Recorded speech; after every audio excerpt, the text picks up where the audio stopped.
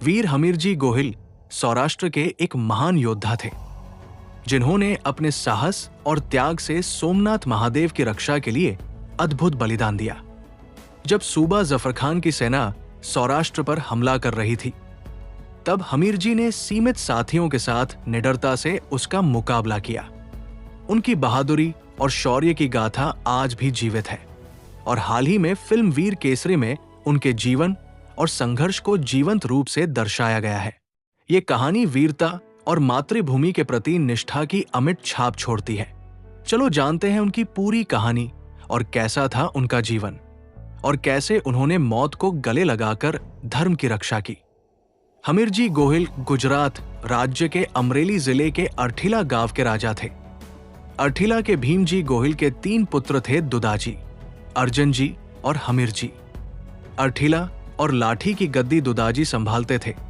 गढ़ाली के 11 गांव अर्जनजी के अधीन थे और सबसे छोटे पुत्र हमीरजी समढ़ियाला गांव की गद्दी संभालते थे।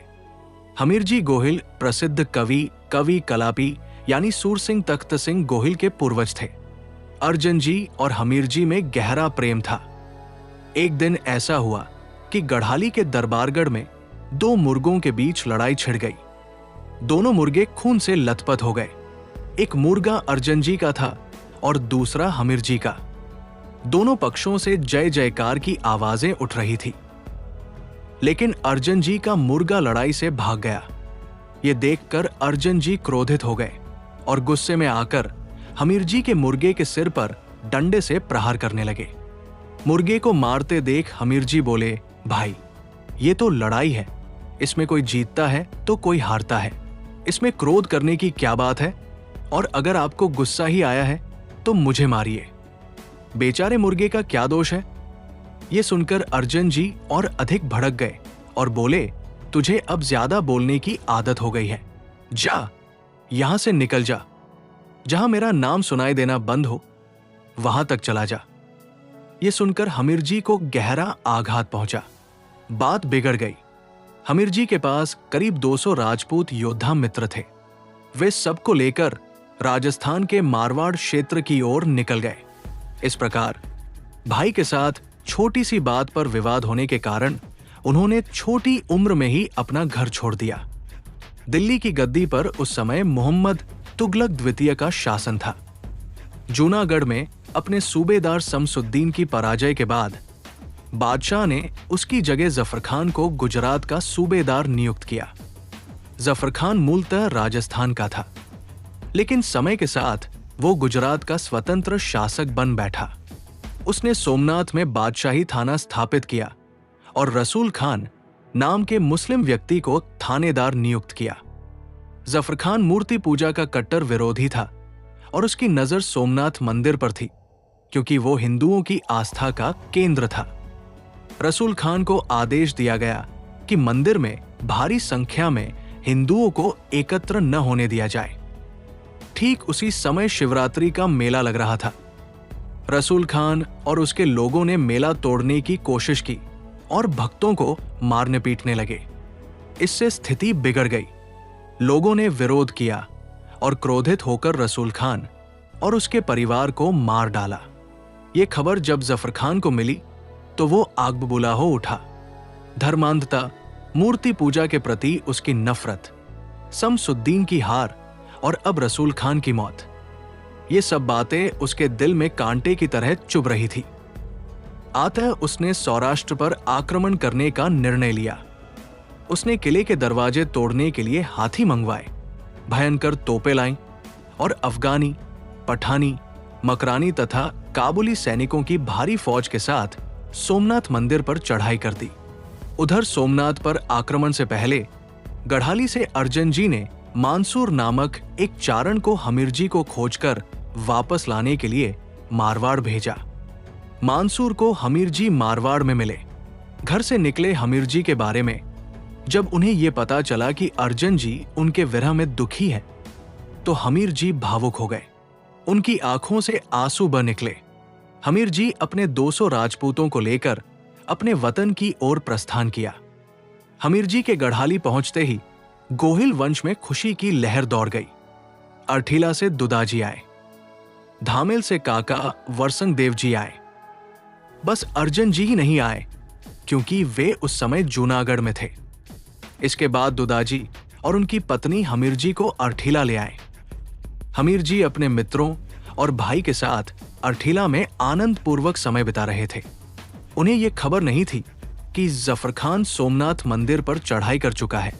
एक दिन हमीर जी, छत्रपाल सरवैया, पाताल जी भाटी, सखदेव जी सोलंकी, सीहोर के नानजी महाराज जैसे साथियों के साथ शिकार खेलकर दरबारगढ़ लौटे। सभी को भूख लगी थी और हमीर जी जल्दी से खाना मांगने लगे। तभी दुदाजी की पत्नी, जो हमीर जी की भाभी थी, बोली, दियर जी, इतनी जल्दी क्यों? क्या खाना खाकर सोमनाथ की रक्षा करने जाना है? ये सुनकर हमीर जी चौंक गए और बोले, क्या बात कह रही है भाभी? क्या सोमनाथ पर संकट है? भाभी ने कहा, पातशाही फौज सोमनाथ मंदिर को तोड़ने के लिए आ रही है और गुजरात के सूबेदार की फौज मंदिर के रास्ते में है। ये सुनते ही हमीर जी गंभीर हो गए और बोले, भाभी, क्या कोई राजपूत सोमनाथ की रक्षा के लिए बलिदान देने नहीं निकलेगा?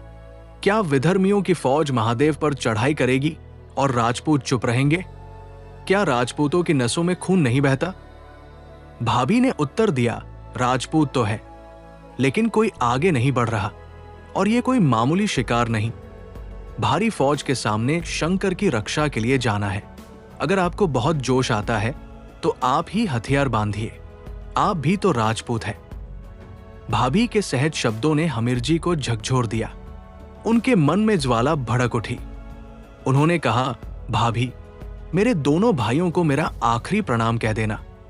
मैं तो अब सोमनाथ मंदिर की रक्षा के लिए जा रहा हूं। दुदाजी की रानी ने उन्हें बहुत समझाया, पर हमीर जी टस से मस नहीं हुए। उन्होंने ये भी कहा कि अब उनके पीछे कोई समझाने ना आए। अपने 200 बलिदानी साथियों के साथ उन्होंने सोमनाथ की ओर प्रस्थान किया। उस समय जब प्रजा भयभीत थी और रियासतें आपसी झगड़ों में उलझी थी, तब युद्ध का आह्वान करना भी कठिन था। तब हमीर जी ने मौत को गले लगाने का निश्चय किया और चल पड़े सोमनाथ की रक्षा में। हमीर जी अपने योद्धा मित्रों के साथ सोमनाथ की ओर प्रस्थान कर चुके थे। रास्ते में एक झोपड़ी दिखी। आधी रात का समय रहा होगा। चारों ओर सन्नाटा फैला हुआ था। उसी सन्नाटे को चीरती हुई किसी विलाप की मधुर और करुण आवाज उस झोपड़ी से गूंज रही थी। वहां जाकर देखा तो एक चारण वृद्धा विलाप गीत गा रही थी। उनका रुदन इतना मार्मिक था कि हवा भी ठहर गई। हमीर जी पूछा, मां, आप किसके लिए गा रही हो? उस वृद्धा ने जवाब दिया, बेटा, मैं विधवा हूं। अपने जवान बेटे के विरह में गा रही थी। वो 15 दिन पहले ही इस दुनिया से चला गया। ये सुनकर हमीर जी भावुक हो गए। उन्होंने कहा, मां, जब बेटा मर गया तब भी उसके लिए इतनी ममता है, तो क्या आप मेरे लिए ऐसे गीत गाओगी? मुझे सुनने हैं। उस वृद्धा का नाम लाखबाई था। उसने हैरानी से कहा, अरे बेटा, ये तू क्या कह रहा है? तेरे गीत गाकर मैं अपने पापों से कब मुक्त हो पाऊंगी? हमीर जी ने गंभीर स्वर में कहा, मां, हम मृत्यु के रास्ते पर निकले हैं। सोमनाथ महादेव की रक्षा के लिए जा रहे हैं। इस रास्ते से वापस लौटना शायद संभव न हो। इसके बाद उन्होंने मां लाखबाई को अपनी सारी बात विस्तार से बताई। लाखबाई इस वीर राजपूत की दृढ़ता और निस्वार्थ भावना से भाव विभोर हो गई। उसने दिल से आशीर्वाद दिया और पूछा, बेटा हमीर जी, क्या तू विवाहित है? हमीर जी ने कहा, नहीं मां, अभी नहीं। लाखबाई ने कहा, तो फिर रास्ते में जो मिले उससे विवाह कर लेना। रणभूमि में अप्सराएं वर नहीं चुनती। ये सुनकर हमीर जी ने संशय से कहा, मां, हम तो मरने निकले हैं, हमें कौन अपनी बेटी देगा? इस पर लाखबाई ने कहा, बेटा, यदि तेरी वीरता देखकर कोई पिता अपनी बेटी तुझे दे दे तो इनकार मत करना। इतना कहकर लाखबाई सोमनाथ की तरफ निकल गई। जाते जाते लाखबाई ने कहा, मैं तुमसे पहले सोमनाथ पहुंचकर तुम्हारा इंतजार करूंगी। वहां से आगे बढ़ते हुए रास्ते में द्रोणगढ़ड़ा नामक स्थान आया। वहां वेगड़ाजी नामक भील सरदार का गढ़ था, जो गिर के जंगलों में अपनी धाक जमाए बैठा था। उसके पास सदैव 300 भील धनुर्धारी तैयार रहते थे और जब वो चाहता तो 1500 भील योद्धाओं को एकत्र कर सकता था। भील लोग सोमनाथ महादेव को अत्यंत पूजनीय मानते थे और जूनागढ़ के राजा की सत्ता को स्वीकारते थे। वेगड़ा जी की एक जवान बेटी थी, उसका नाम था राजबाई। एक बार किसी जेठवा राजपूत ने तुलसी श्याम की यात्रा का संकल्प किया और वह यात्रा पर जा रहा था। रास्ते में वेगड़ा भील ने उसे रोका और भील तथा राजपूतों के बीच झड़प हो गई। उस जेठवा राजपूत की मृत्यु हो गई। मरने से पहले उसने अपनी छोटी बेटी को वेगड़ा भील को सौंपते हुए कहा, भाई, इस बेटी को पालना। जब ये उम्र में बड़ी हो जाए तो किसी अच्छे राजपूत के साथ इसका विवाह करना। वेगड़ा ने उस बात को स्वीकार कर लिया और उस लड़की को अपनी बेटी की तरह पाला। अब वो कन्या भी विवाह योग्य हो चुकी थी। उसी समय लाखबाई का डेरा वहां रुका। वेगड़ा ने उनसे अपनी बेटी के लिए किसी अच्छे राजपूत की जानकारी मांगी।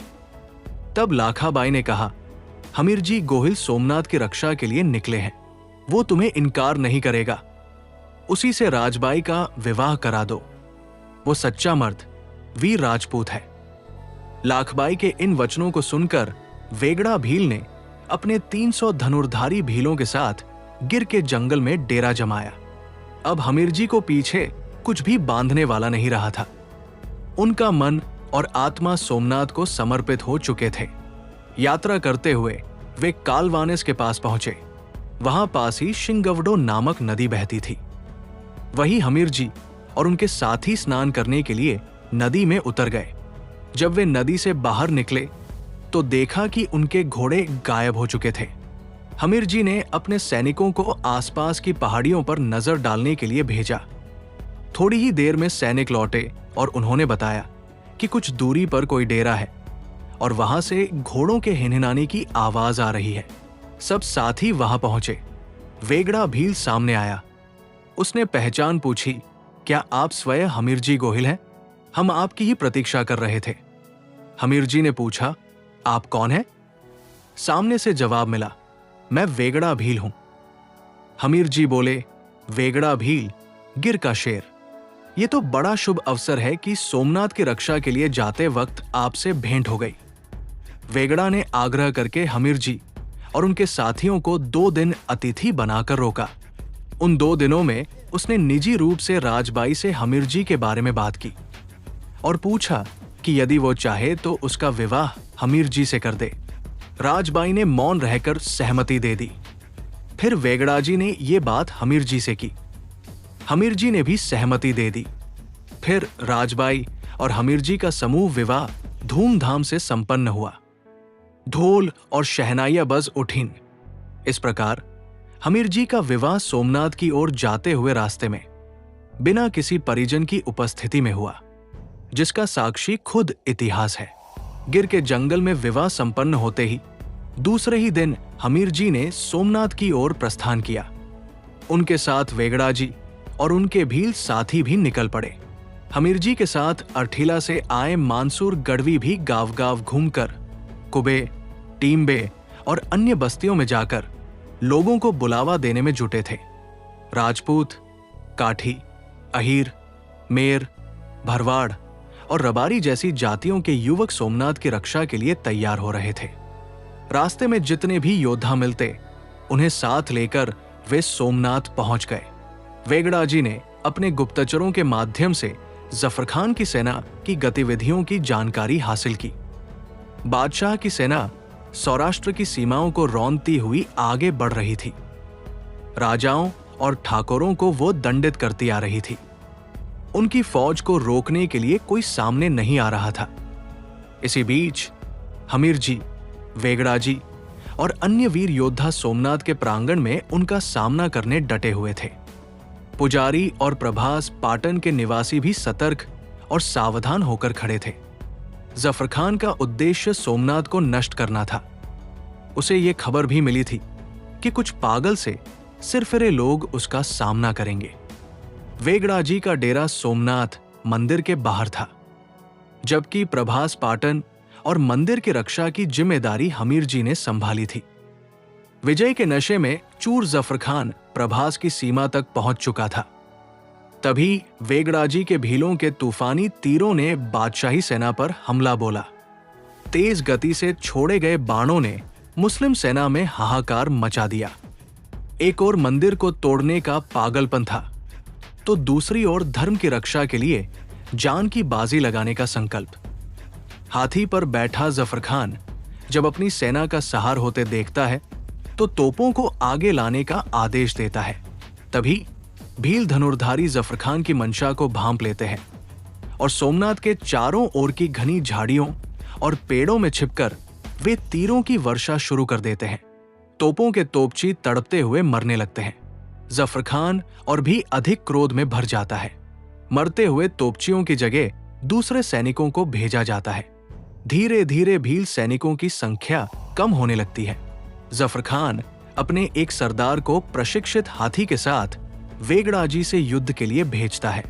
वो हाथी अपनी सूंड में वेगड़ाजी को उठाकर जोर से पटक देता है और वही वेगड़ाजी विरक्ति को प्राप्त होते हैं। दूसरी ओर हमीरजी सोमनाथ और पाटन की दिशा की सुरक्षा में डटे हुए थे। वेगड़ाजी के शहीद होते ही जफर खान की सेना ने सोमनाथ के किले पर सीधा आक्रमण कर दिया। हमीरजी पहले से सतर्क थे। सुलगते तीरों के साथ साथ पत्थरों के गोले फेंके गए। किले के पास पहुंच चुके सैनिकों पर उबलता तेल डाला गया। इस प्रकार पहला हमला नाकाम हो गया।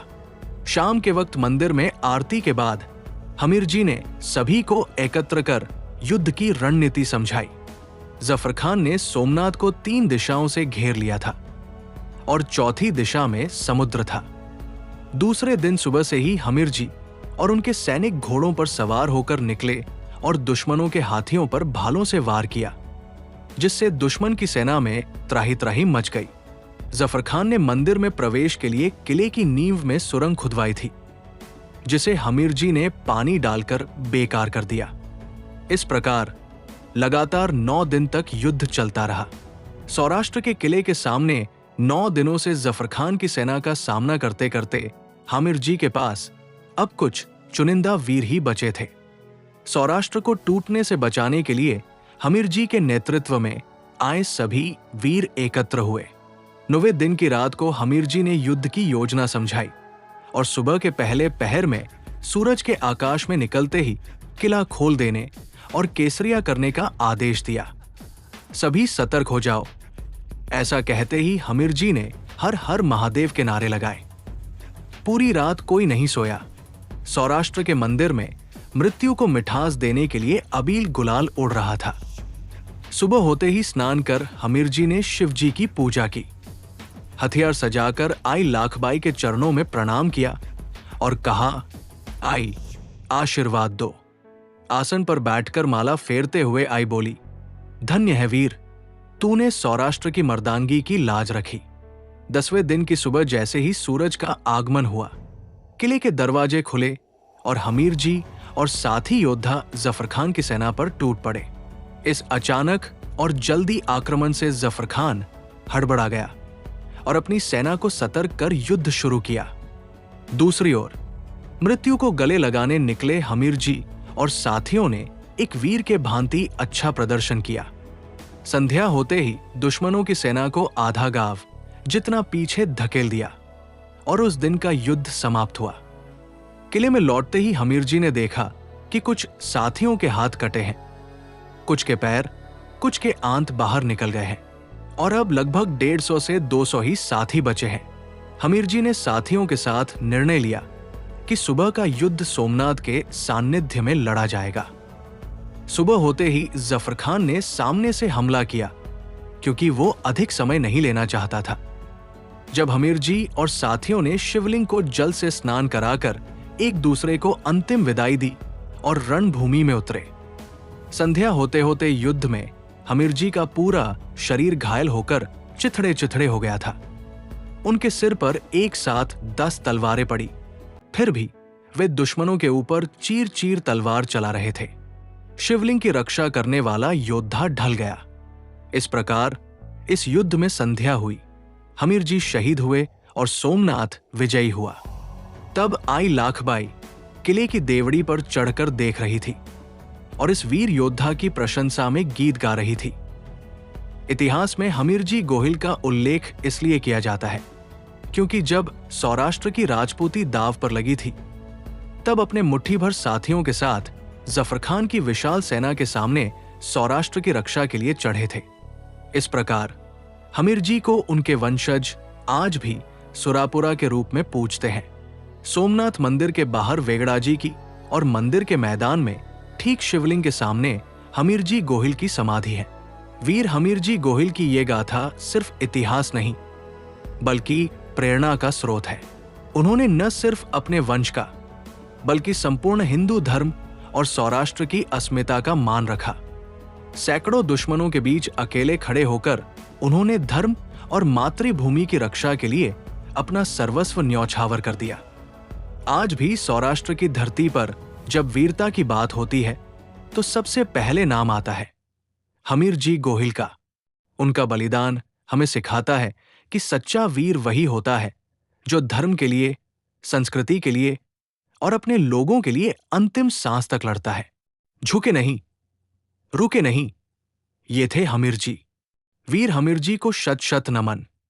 अगर आपको वीरता, इतिहास और हमारी संस्कृति की ऐसी अनसुनी कहानियां पसंद है तो हमारा साथ दीजिए।